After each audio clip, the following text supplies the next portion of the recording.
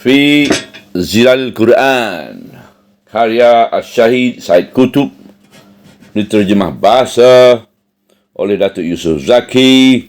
Semoga Allah merahmati ruh-ruh mereka. Tafsiran ayat 266. Bismillahirrahmanirrahim.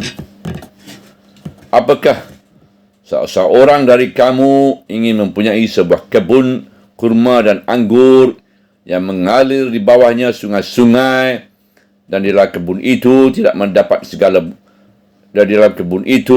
dia mendapat segala buah-buahan, kemudian ditimpa umur yang tua dan mempunyai zuriat yang lemah. Tiba-tiba kebun itu dipukul ribut yang kencang yang mengandungi api, lalu menyebabkan terbakar. Demikianlah Allah menjelaskan ayat-ayat itu kepada kamu supaya kamu berfikir. Ayat 266. Asal sedekah dari kesan-kesannya digambarkan di alam fizikal yang berikut. Sebuah kebun kurma dan anggur yang mengalir di bawahnya sungai-sungai, dan di dalam kebun itu dia mendapat segala jenis buah-buahan, iaitu sebuah kebun yang teduh, rimbun, subur dan berbuah. Demikianlah juga sifat sedekah dan kesan-kesannya, dan beginilah keadaan dalam hidup si pemberi, dalam hidup si penerima, dan dalam hidup masyarakat manusia. Demikianlah juga sedekah itu mempunyai roh, bayang yang teduh, kebajikan dan keberkatan, mempunyai makanan dan minuman, dan mempunyai kebersihan, kesuburan dan pertambahan.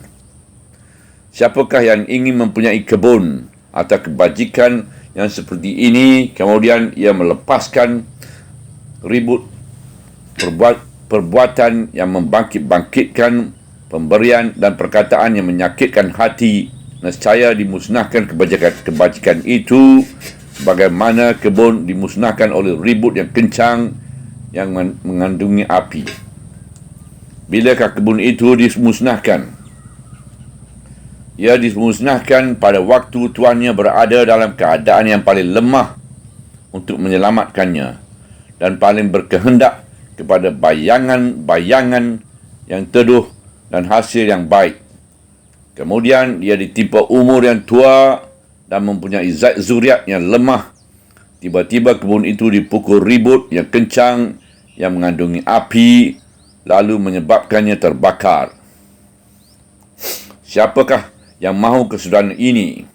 Siapakah yang pernah memikirkan nasib kesudahan yang seperti ini, kemudian dia berusaha dan tidak berusaha menghindarinya? Demikianlah Allah menjelaskan ayat-ayat itu kepada kamu supaya kamu berfikir. Penghujung ayat 266. Demikianlah berlangsungnya adegan yang hidup dan nyata, di mana pada mulanya memperlihatkan kepuasan, kemewahan, kenikmatan, kesegaran, kesuburan, semangat yang hidup dan keindahan, kemudian diikuti ribut yang kencang yang mencetuskan api.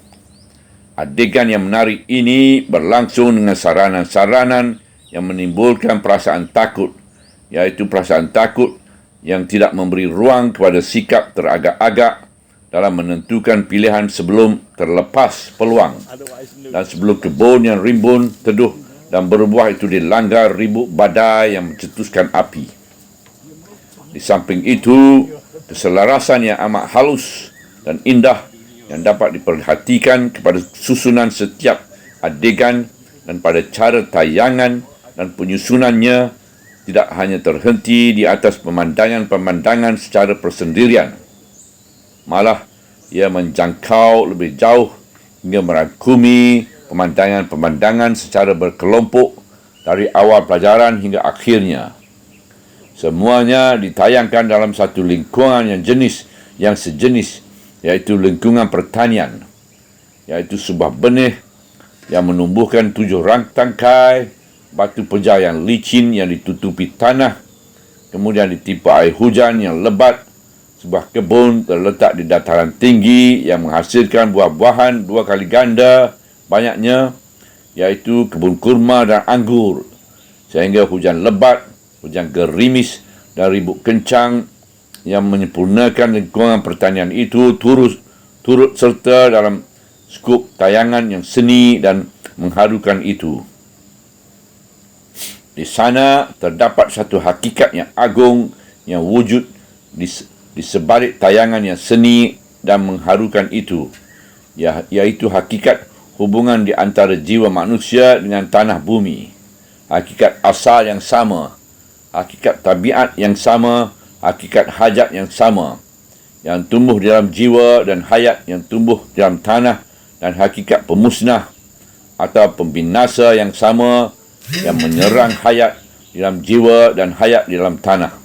Itulah Al-Quran, kalam yang benar dan indah, dan sisi Allah yang maha bijaksana dan maha mengetahui. Subhanallah, walhamdulillah, wa la ilaha